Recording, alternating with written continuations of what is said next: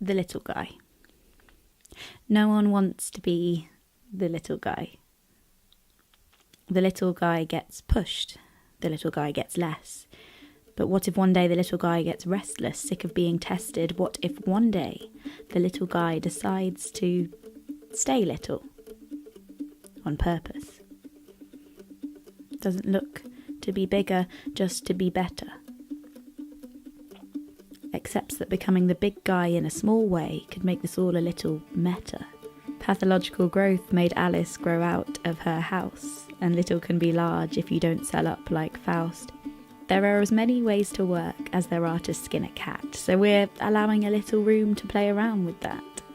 Money is important, but money has this weird way of somehow dictating who gets a say in how they work and where, the why's often unchecked. The system is skewed, who's dealing the deck. Keep the little guy busy, and he won't put two and two together. Fill the cage with coins, they don't see the bars for the treasure. When no one is winning, when hair and ice caps are thinning, when the golden thread of business becomes a noose, it's time to break out the bootstraps and get loose. The answer's not always in the pot, it's in the strings between the cans. You know, being small together isn't always bland, because small is beautiful. And we believe better. You can't get shares in the stars, so instead I suggest we all go halves on a macro plan built of micros, keeping dreams big in the tiny. And sure, it needs a little refining, but what better excuse to host a campfire at dawn and talk over the sunrise about greener grass, a whole lawn of small blades of beautiful standing together. We hope you'll forgive us, we're not trying to be clever when we say the value of life is only as high as the currency you trust. And in a really big, small way, we believe in the currency of us.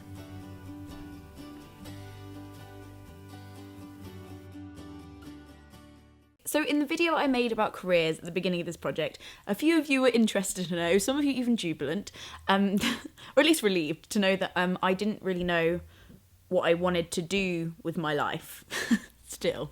And I've had a lot of career success, my LinkedIn's looking pretty fly, but I don't really know what I'm doing, and I don't really, I feel like I don't know enough about myself and about industries and about how to fix the world that I can say, this is definitely what I want to do. And I also think that the world and industries and economy changes so much that the world might need different things at different times, and the way you can enact cool projects you want to do will probably change depending on the economic system. I certainly felt that after Brexit, and I feel that even now, going into a very uncertain world diplomatic situation. But it's also not entirely true to say I don't really know what I want to do with my life. A couple of years ago, some cool people who are part of a movement called Small is Beautiful, which is a conference and just generally a collective of amazing business people, saw a poem that I did on my YouTube channel and went, hey, we really like that. Can you write us one? And that was the first time anybody had paid me to write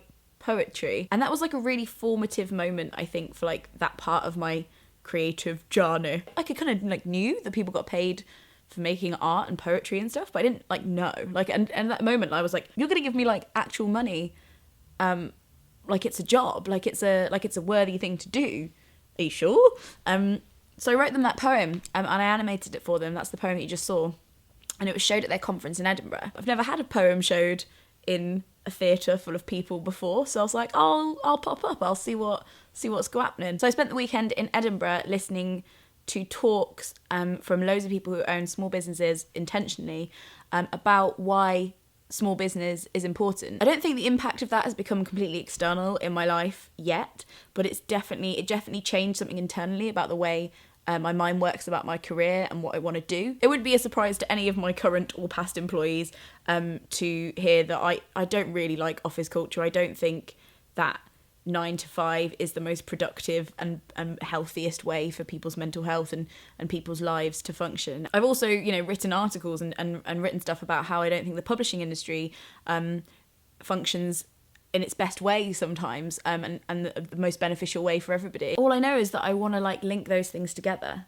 I would love to own my own small business and intentionally keep it small because I think it's best that way. And I feel like as well, like a lot of my friends and kind of me, like occasionally float on this freelance circuit. Pop into an already established business, or you collaborate with an already established company and you do like 1 or 2 tasks for them and then you pay you a sum of money, and that's it.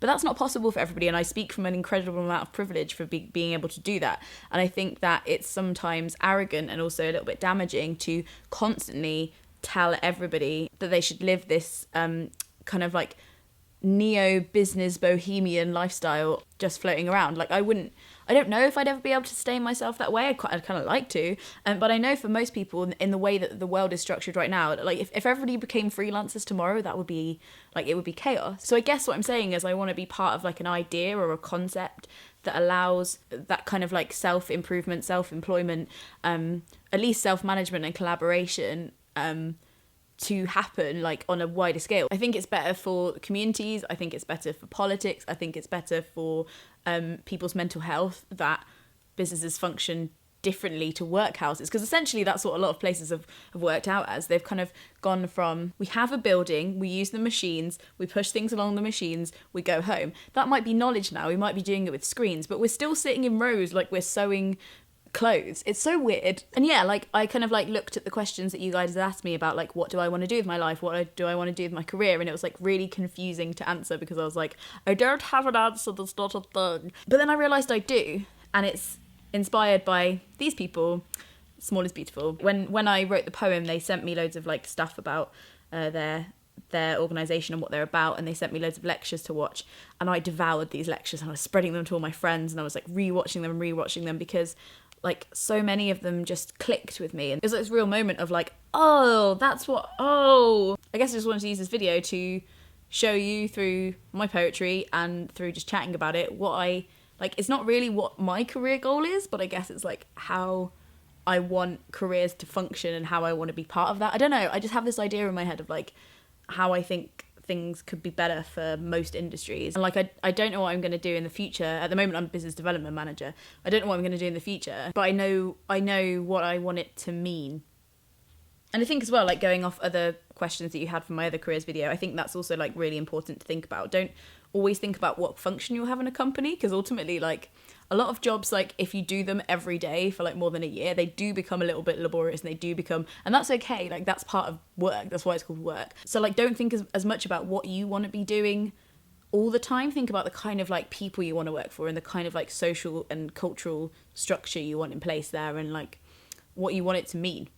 Because ultimately it's very easy to have an idea of what you want to do, but then you can easily go and do that job and get, and then you can easily get that spot and move into that place and do that job and be that person and still be ultimately discouraged because the company you're working for might not be going towards the same goal as you. And that can really ruin the day-to-day if the like year-to-year doesn't look like the inside of your head. Please go and watch some of the lectures below. They're kind of like TED Talks, but obviously they happened at Small is Beautiful. I rewatch them sometimes just to like grow this thing that was definitely planted in me on that weekend a few years ago in Edinburgh. Just slowly chewing the fat on what to do about that.